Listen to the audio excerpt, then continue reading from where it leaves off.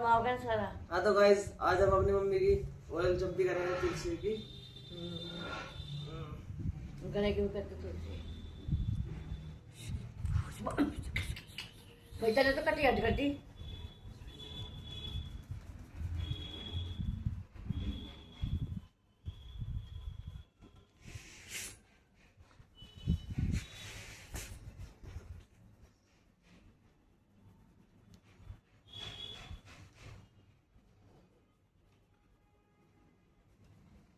तो बोल कुछ